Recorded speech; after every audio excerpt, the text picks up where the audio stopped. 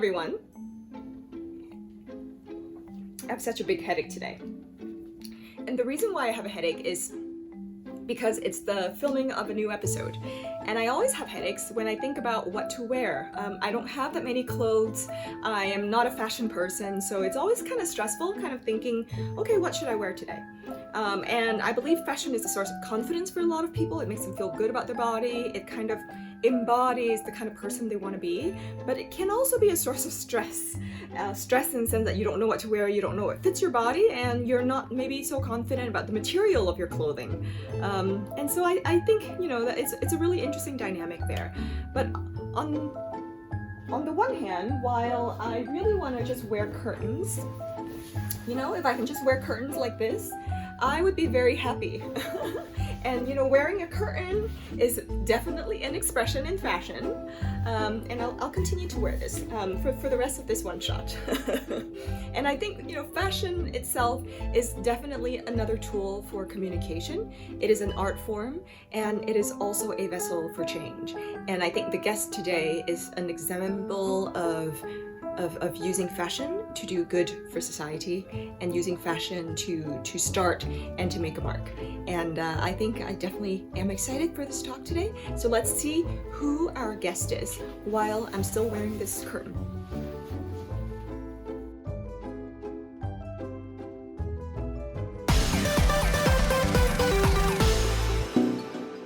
In this episode, we're gonna meet Betty Chen. Betty Chen is a fashion designer, entrepreneur, philanthropist, and first and foremost, a mother.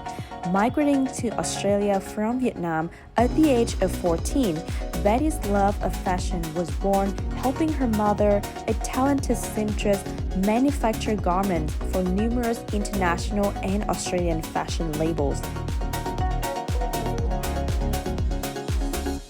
IFO audience, welcome back to the show. We do have a very special guest with us today, and her name is Betty Tran. She is a fashion designer, entrepreneur, philanthropist, and first and foremost, a mother. And she migrated to Australia at the age of 14. And she watched her mom throughout the years, being a seamstress, and then she entered the fashion industry, and now she's back in Vietnam, and then now she's also involved in a number of other activities, and we're going to talk a lot about that. But Betty, welcome to the show. Thanks for joining us. Hello, Phoebe. Thank you for having me. It's a pleasure to be here. So I'm quite curious, Betty, how would you describe your fashion brand and your own personal style? To be honest with you, first of all, I think entering into a fashion industry was something that I didn't really expect. Growing up in Vietnam, my mom was a tailor, and she's also teaching a lot of people about sewing and, dressmaking.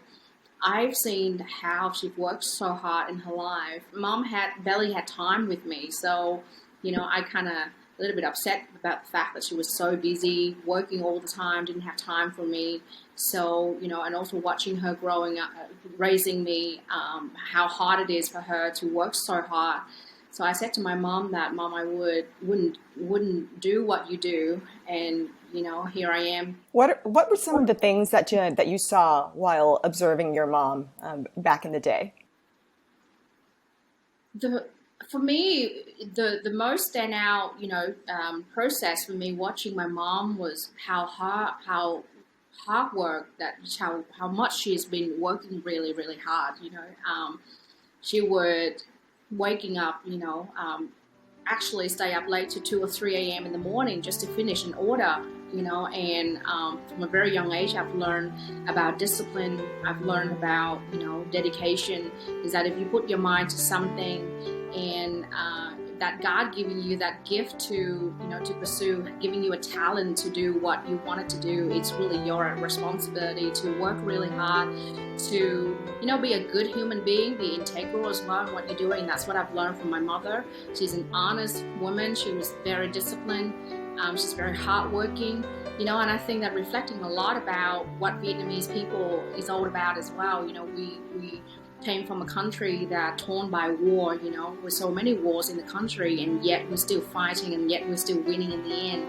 And I think that resilience in her that I've learned from a very young age has really equipped me in my success. That determination, that resilience to never give up, really instilled in me at a very young age. So I'm very thankful that I inherited that from my mother, and it took me to where I am today. So tell us a little bit about, later on, you went into fashion. You've had your collection shown in multiple big cities in the world: New York, Los Angeles, Ho Chi Minh City, Australia. How much time and how much investment, both in terms of time, energy, and obviously finances, does it take to create a collection? When I started to launch my own line, I was in the very lowest point of my life, actually. Before having Betty Tran brand, I had another brand, and we were wholesaling to all over the place in Australia. And I started my first business when I was 19 years old. And we was manufacturing. That's what our family business. My mom was producing for a lot of fashion label in Australia, also international luxury brand in Australia. And I got into the industry quite early, helping my mom to build the business in WA. And at that time, I always wanted to start something for myself. So at the age of 19, I launched my first line. Unfortunately, that was my first venture, and we expanded all over the place in Australia. But unfortunately, there was some incident that happened. After that first failing, my mom and I didn't speak for a little while because she was really upset at me that she's been, sacrificing a lot for me, and I didn't really make it in the first time. So I feel really, really sad. And I took a trip to Vietnam, just want to get away from everything and gather my thoughts. And I remember that I was owing about $60,000 debt without having an idea how I'm going to pay it all back. So I went to Vietnam. I had about $2,000 in my bank account at the times. And I said to myself, I have no idea where I'm going to go next. I feel really lost. But the funny thing is, that creativity, in your body, it's everywhere I'm going, I feel inspired. And especially I think that Vietnam have a lot to offer with the handcraft and the traditional techniques and embroidery. And I was really fascinated with Vietnamese, craftsmanship. And so I decided to put all that money into creating a collection without knowing where I'm going to really take it next.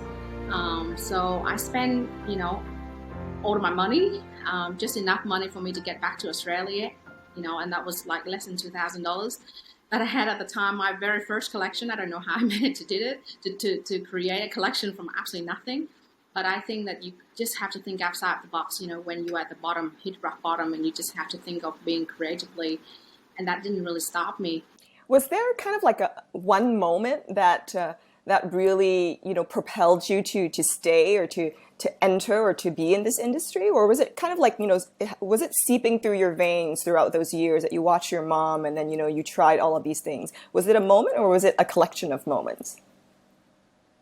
I think that it's, watching, you could imagine watching your mom being in this industry from the age of, from like little kid, 3 years old, 4 years old, 5 years old, waking up, hearing the noise of the, of the sewing machine, hearing the noise of the cutting, hearing the noise. I grew up with all of that noises around me.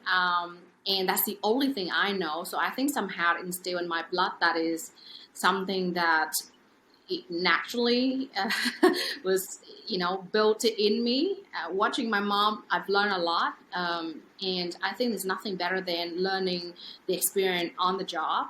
So in some way, I feel like fashion and a sense for fashion already instilled inside me from a very young age. But I kind of denied it. No, that's not for me, until I fully embrace it and say, you know what, my mom can do it. I can do it better. If somebody can do it, and I would say to myself that if they can do it, I will do it better. And I think with that attitude, with that mindset, with that persistent, you just learn and master your craft. And obviously, up to this point, it had been over 15 years that I've been doing this. I've spent over 10,000 hours already, so I can really say that become professional at it.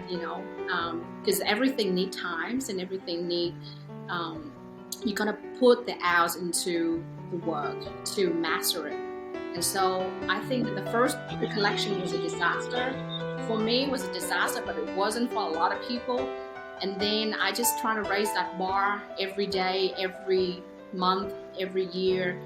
I'm always push myself to think out of my comfort zone, to experiment with different kind of techniques, with different kind of shapes and structures, and just experiment it. And I think as we go through so many collections, you just become better at it. And I think for me, it is, it's really important to me to continue to grow and learn and become a student again, to keep learning and learning. And I think that's really helped me to get to where I am today. Oh, Betty, tell us about this award, 2016, not too far away, and how did you receive it? What did you feel at that moment?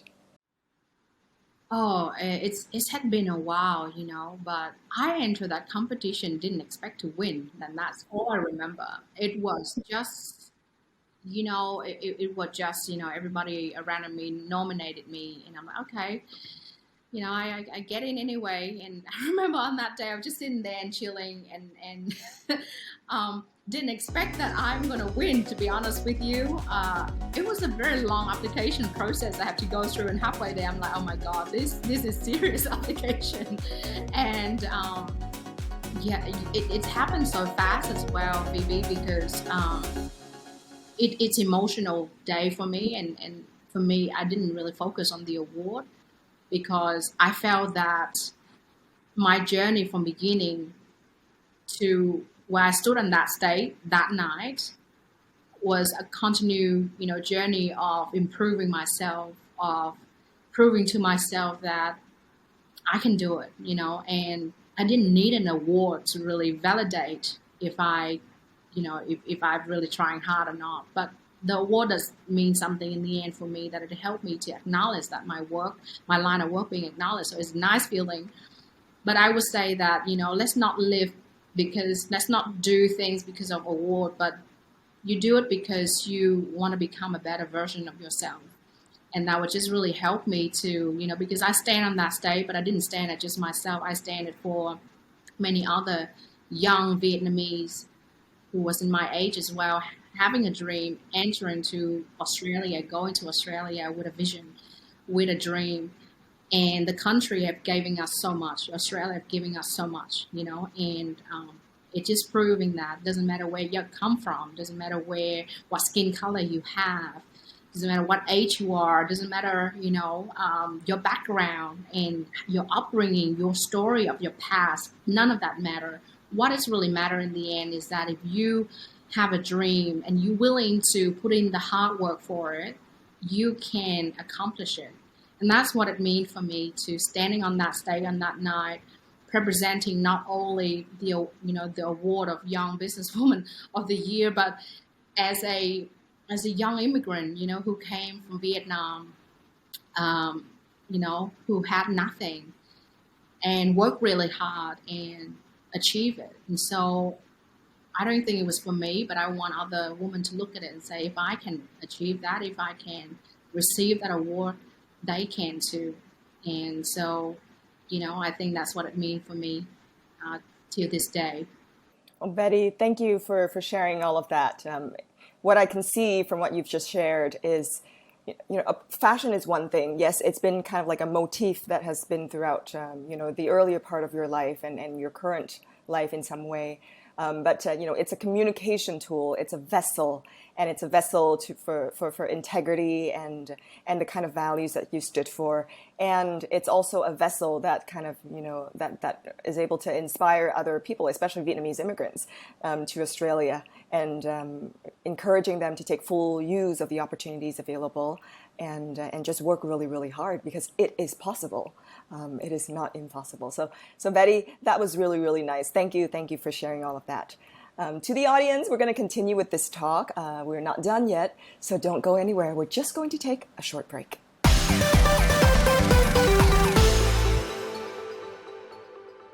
Welcome back to talk number 2. Welcome back to the next section of the talk, where we talk a little bit about Betty's time in Australia. You moved to Perth, right, Betty? Yeah, I did.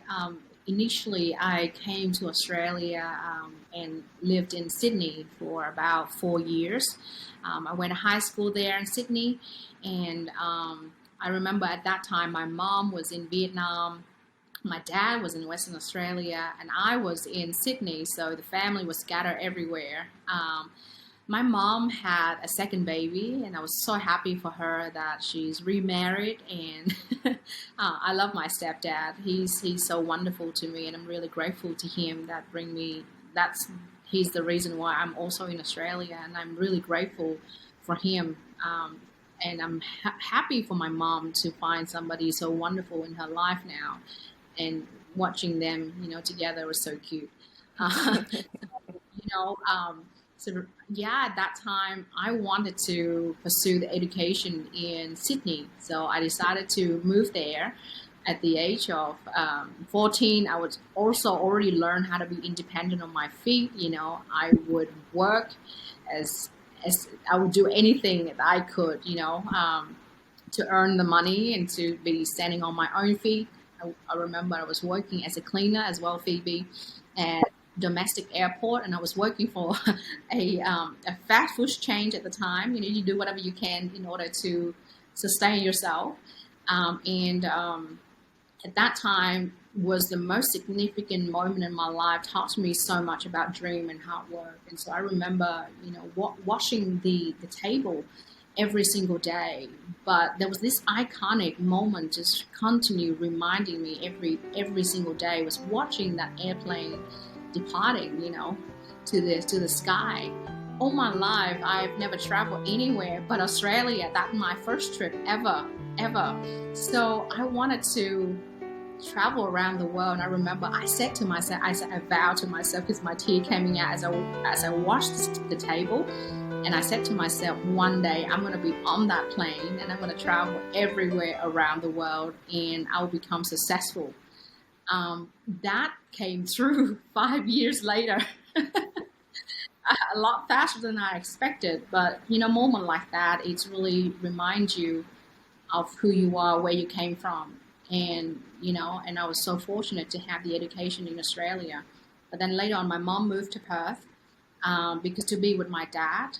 And I said that, Mom, I will move back to Western Australia to be with the family and helping her, give her a helping hand. And that's why our family united, in Perth, and Perth become such a home and a place where I cherish many memories of my early start as an entrepreneur. And, I'm very grateful to Western Australia, because I think we have the best education there. We have the best beach, and we have the best people are very friendly and lovely there. So, it's a different kind of pace compared to Sydney, where everything's in a rush and we're busy. Being in Western Australia, you feel calm. You feel that you can take things slower.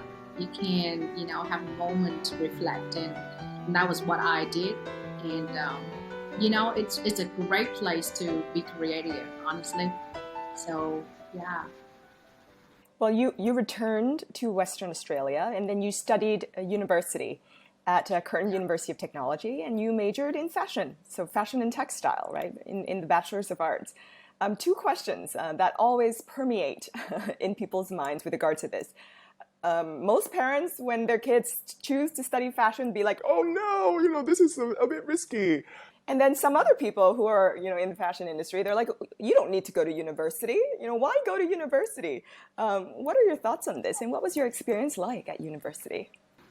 I first of all, I think I was grateful for to be to go to a really good university in Western Australia, because I think that regardless of what it is, I think it's such a privilege to be able, if the government that's supporting us with the education, and we be able to learn the money to study. I think that's such a privilege just to be Australian citizens, because I know in other sides of the world, education is a luxury, but in Australia it was necessity. And I'm so glad that I seized that opportunity and pursue my studying, even though I have to say that majority of my learning does come from learning on the job and working and making a lot of mistakes and failing a lot of times. But in some way, I think that the education and the education system, as well as the education opportunity, really allowed me to think conceptually. That makes sense, to learn how to really gather my thought, my concept, my idea into more of a stream, logical way of, if you have an idea, how will you execute it? And that's what university really enabled me to gather my thought, put into a thesis, put into a statement, think about the philosophy behind it, research about other artists or other designers, other history maker, people who've really transformed the industry and take that to the next level. Because if you don't have that training from university, you wouldn't really know how to gather your thought and conceptualize the idea. So I was grateful for that opportunity that, it really prepared me academically in a way, how to express myself. But yeah, and I think, if you can combine somehow the life experience from your real life at the same time, also studying university, and combine the best in both worlds, I can assure you that your future will be very bright. So I highly encourage that if anyone that looking at pursuing education in Western Australia, Perth is a great place for traveling. You have it all. You have the beach. You have the best university there. In fact, we have many best university. You have UWA, Curtin University. You have ECU. You have all the best university there. The third thing is living costs. So that's something definitely to consider and factor it in. And I think the fourth thing is the travel distance, from Vietnam to Western Australia is a lot shorter distance compared to other places. And so why wouldn't you travel WA? I'm grateful for Western Australia, to be honest with you. I'm grateful that's where I spend majority of my time as an entrepreneur. And it helped me to also, in some way, because Perth is so isolated, but it allowed me to be really creative, because we're not watching what others people's doing. We kind of like doing our own thing, but it's also good in a way, help you to be more creative. So yeah, I would highly recommend, if you can get a job, trying to get a part-time job at the same time, study and combine that together. It will help you so much. It will equip you all the skill that you need, and also help you to conceptualize your ideas in a way that in a manner that is very, very professional. So yeah. I'm very, very curious, Betty. You did mention that you get inspired by things, and everywhere you go, there will be things that would inspire you. What are some of the things in Perth that has inspired you, and walk us through your mind when that inspiration came? I think Western Australia have the best landscape. You have so many part of Western Australia is beautiful. You got the beach. We got the Pink Lake. I mean, that's like Instagrammable place in the world. We got the mountain. And then you go to down south and you got beautiful winery. It's like you being in the south of France, in the same place as Western Australia. You got the best wine there. Okay, what else? It's many things to be grateful for, but I think the most important for me is the education. I think going to one of the best university in the world, and that's happened to be in Western Australia is something you definitely want to look into. Yeah, so I think for me, so many things. Hard to say one thing, but I am very grateful for WA because I think no matter where I'm going, the fact now that I'm traveling a lot around the world, there was a time that, back in the day when I was a kid, I couldn't travel. I never travel anywhere. And I said that I want to travel. So God is like, now I'm going to give you a ton of travel. So I've been traveled to over 30 countries around the world through my work. Yet I still want to come home in WA, to be honest. That's where my mom, my dad are. First of all, that's where my family is. So that will always be my home. Second thing is, you feel peace. You just come home and you feel like there's peace. You know what I mean? It's like, this is home. This is peace. Well, thanks, Betty, for telling us a little bit about Western Australia. And ladies and gentlemen, as we talked at length about WA, its environment as well as its education, we will be connecting to a talented student currently in Perth to find out about what Perth education has offered to her and her current job. Coming right up next. Let's take a break with IFO Facts. Do you know that Perth is the sunniest capital city in Australia, with a total of 131 perfect blue sky days every year? WA has best practice in providing free schooling to dependents of international students undertaking master's or doctoral degree. That means dependents of postgraduate students are not required to pay mainstream tuition fees for overseas fee-paying students for the duration of their parents' postgraduate study period. Now let's see what's coming up next with IFO.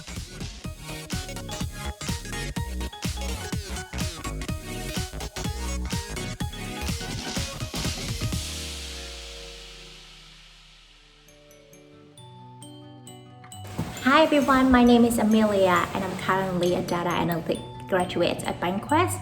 I was a student at Curtin University, so I just graduated with my Master in Information System Technologies, and prior to that I just did my undergrad in Marketing and Supply Chain Management. So today in this episode I'll be sharing about my overall experience living and studying in Perth here in WA, Western Australia. IFO fans, this next talk is going to be with Amelia Chi Nguyen. She's joining us from Perth right now. She is currently working as a data analyst, and she's also basically working for a bank. So we're going to talk a little bit about that. But before that, she is a student that has won tremendous numbers of scholarships as well as awards. So we're going to talk to her about how she's able to manage her time and integrate into her study and learning environment to be able to achieve all of these things. So Amelia, welcome to the show. So my name is Amelia and I'm currently working as a data analytic graduate at Bankwest. I've just graduated with my Master in Information System and Technology from Curtin University. It's obvious that, Haiphong, your hometown, is a big city for logistics. Can you tell us a little bit about how that propelled you to want to study this industry in Perth? Yeah, sure. So just like many other people who aspire to study abroad, I had a lot of options on the table. And just like you said, since Haiphong, my hometown, we're just known for its up-and-coming logistic movements, it just sort of made sense for me to decide and to pursue a degree in that particular area. And WA or Western Australia, of all places, stood out to be having a very strong economic despite of the recent recessions. And the powerhouse behind all of that economic development was the mining and energy sector that has been booming ever since. And those companies require a lot of sophisticated supply chain management and a lot of sound business decision makings in terms of goods and people movement. So it just sort of appears to me that it will be a very good place for me to study and live in if I want to pursue a career in that particular area. What brought you to Western Australia and Curtin University in general? So I was very lucky to secure a job opportunity during and right after graduating from college. So just over the course of my study and working experience, I've made a lot of meaningful connections and met a lot of wonderful mentors that helped me to stay on the right track with my career. So I just decided to stay in Perth just to further my career in general. But at a more personal level, There's just so much beauty in all of the beautiful scenery that's surrounding me and many other Western Australians. And there are so many places that I am yet to travel to, but I just love the feeling of being surrounded by nature. And with 600 coastal line of beauty and wilderness, who doesn't love to just be calling this place home?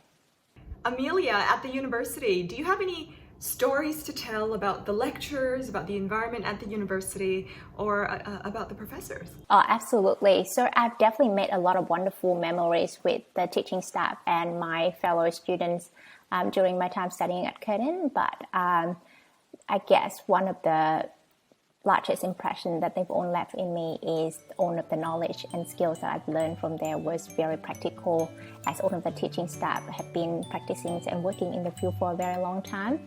So there was this particular final year project that I had to work with my peer students from across different disciplines. So it wasn't just people who studying supply chain like myself, but people studying accounting, marketing, and many other fields. So we had to be doing a strategic marketing plan altogether.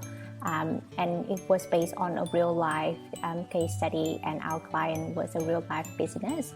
So with the help and the guidance of the lecturer at the time, we managed to be one of the top most excellent marketing plan, and we had the opportunity to deliver that particular marketing plan to the client at the headquarters near Perth Airport.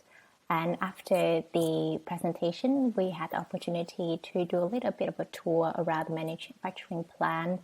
And I had the experience of touching some real size airplane, those non-commercial planes that it was using for agricultural business. So that was very interesting. And the coolest thing about that was we had the opportunity to step on one of the private jet and one of the private business launch, just feeling like a rich millionaire for one day. So that was brilliant, yeah. Amelia, great conversation. Thank you for sharing with us, and definitely visit us in Hanoi, in Ho Chi Minh City, in Hai Phong. Come back to Vietnam and talk to us. But we're very, very happy that you've had the time to come and speak to us today.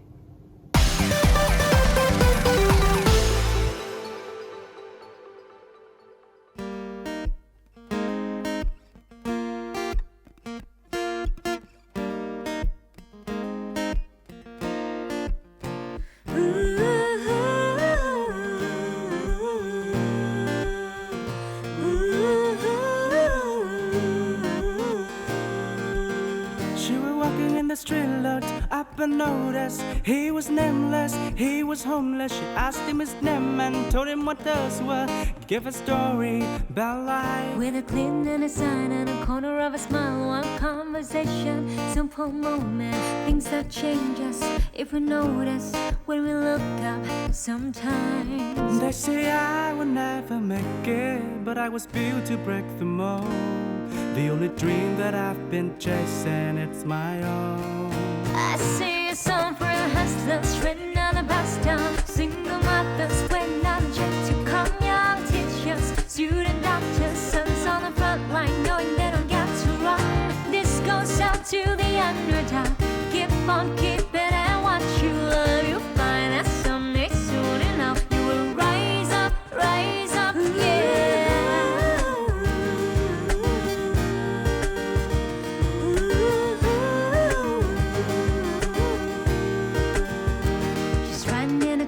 Back to the kitchen, talking to the driver about his wife and his children. On the run from a country where they put you in prison for being a woman, speaking your mind. She looked in his eyes, in the mirror and his smile. One conversation, a single moment, things that change us if we notice when we look up sometimes.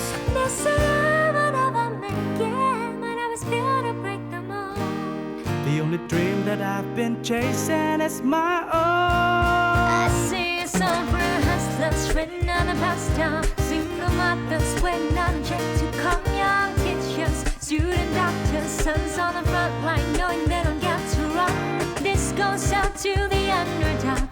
Keep on keeping and what you love, you'll find that someday soon enough you will rise up, yeah.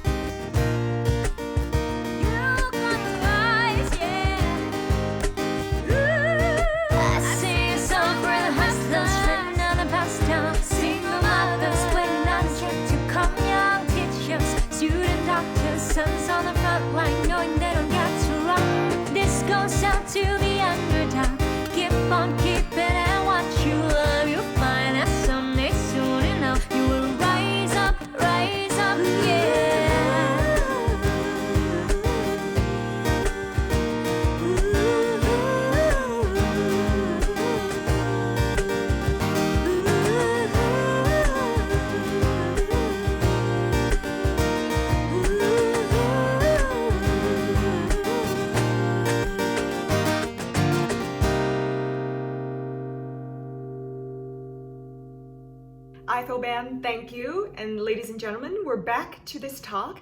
And I guess, when we think about fashion and when we think about business and events and entrepreneurship, I think all of these concepts and activities will have to go with music.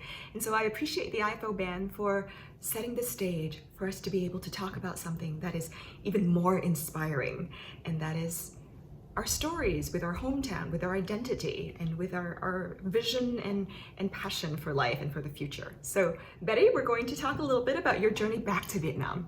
You have helped a number of people throughout your journey here in Vietnam. What were some of the things that you had observed throughout that journey with regards to how entrepreneurs are like in Vietnam, how people starting out in Vietnam may differ from those in WA? I think we're not different in any kind, whether you in Vietnam or you in Western Australia. We're all people. We all have desire. We all have dreams. We all start from bottom. But I have a special connection in Vietnam because I'm Vietnamese Australian. So no matter where I'm going, I can't deny that was my background. That was where I came from. And the fact that I was Vietnamese, raised in Vietnam, I got to watch both worlds. And I've seen how hard the Vietnamese woman or the Vietnamese people have struggled through the war and through some significant change in the country. I was really grateful and seized the opportunity in my hand to do what I can. And I think that now that you're in a position that you can give, I wanted to be in that position where I can give more. And I feel like being in Vietnam, I can really impact many more organization, and especially I have a desire to really empower the young generations of Vietnam, young men and women in Vietnam, because I feel that I was fortunate to have that education and mindset from Australia, but I feel that it's my job to really bring the armies of generation of young people with me as well. It's hard to put into word, but I felt that in every chapter of your life, there's certain thing that important to you at that time. It's much more important for me to do project that really impact and transform other people's lives. And so I have one mission in my life, and this is what I share with all of my mentees and people around me, that if there's one sentence to really describe what are my mission here, it is to impact and transform many lives that I've come to encounter with through education, through storytelling, through developing mindset, through entrepreneurship, through leadership. And that's what I'm doing now in Vietnam nowadays. Yeah. In 2017, you were appointed to be the ambassador for fashion in Vietnam by the Australian Department of Foreign Affairs and Trade, obviously to develop philanthropic projects which focus on developments in women economic development. Do you have any stories to tell or memorable experiences to tell while you were in this position?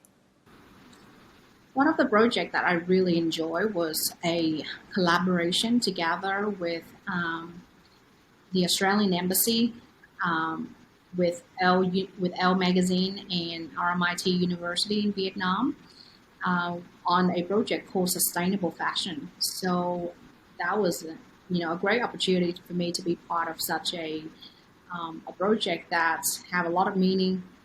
What we did was, we was looking for the next fashion designers. Sustainability is one of the biggest issues and a topic that are being raised in the fashion industry. How can we become more sustainable?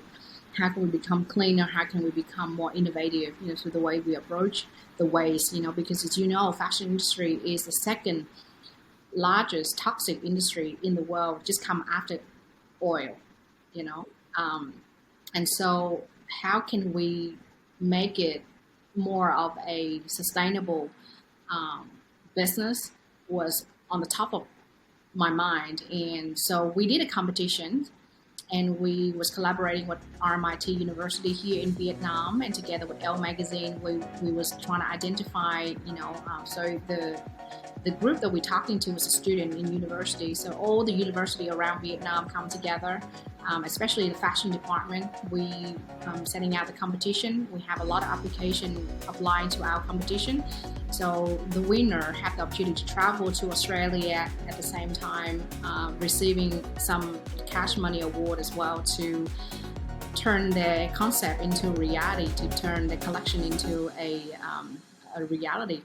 So I remember the team that was mentor ending up winning the competition. You know, I was mentor one of the team, and my team was ending up winning the the award and the scholarship. So they had, both of them had the opportunity to travel to Australia and to to be able to see the world and see how Australian education is. And, you know, that was such a fun project to be part of. But at the same time, it just really strengthened the relationship between Australia and Vietnam. And to put, Vietnam, on the map of, especially fashion industry, which I think that, there's still a lot of room for development, a lot of room to grow for the fashion industry in Vietnam, because we are a country being known by manufacturing, but we're not a country being known for creativity and originality. So the fact that we'll be able to incubate and nurturing the young talents and the young creative designers, that was a very meaningful project for me, to be able to turn my career and my expertise and my knowledge into helping others to pursue their own dream. That's great. That's great. Yeah. I think the content is fantastic. I think people will listen in to this episode and reflect and feel, and be inspired to gain some balance and be inspired by your story. So I think it's been fantastic.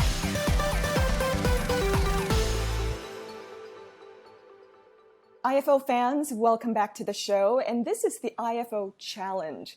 I was told that today's challenge is going to be a game of speed and a game of wittiness and a game of being appropriate or not being so appropriate. So we're going to ask each other, Betty and myself, we're going to ask each other a set of questions, and the other party will need to answer that question. The answer may need to answer the question or may need to reflect a certain aspect about that party that the question highlights. So we're going to start the game right now. Sure, I'm ready. You'll have about 3 seconds for each question, all right? So Sure. Time starts now. Betty, if you were a pattern, what would it be? I'll be a circle. You'll be a circle. Why a circle, Betty? Because it's complete, it's symmetrical. All right, second question. Betty, name 3 different animal sounds you know. Woof woof. Meow. Those are definitely Australian animals, because if they were in Vietnam, they'd be like go go, meow meow, and ut ut. Right. Yes, this is more of an Australian version. All right, name 3 fashion trends you love. Blazer and jean, definite for me. Mm-hmm. A dress, a black dress, a little black dress, everybody must have. So that's 2 out of 3. All right. The last question. It says give me a compliment, but let me change it. How about give yourself a compliment? I think it's a great question, Phoebe. Let's not change it. Okay. All right. So, well, yeah. Why don't you give me and you a compliment or 2 compliments? I think you've done a phenomenal job on hosting, and you've done a phenomenal job. So well done, kudos to you. Thank you. Kudos and high five. Yeah. What about yourself? Give yourself a compliment. Yeah, I'll give myself a little tap on the shoulder. I'm doing okay. Yep, we're doing a lot of these nowadays, tapping ourselves on the shoulders. So, IFO fans, we've had a great talk today, and, we had a great game today. Betty, thank you for playing our game, and thank you for sharing all of the things that you shared today. I enjoyed it, and I loved it very, very much. I hope to have another opportunity like this soon. So, to the audience, do you know what day it is today? It is October 20th. It is Women's Day, Vietnamese Women's Day.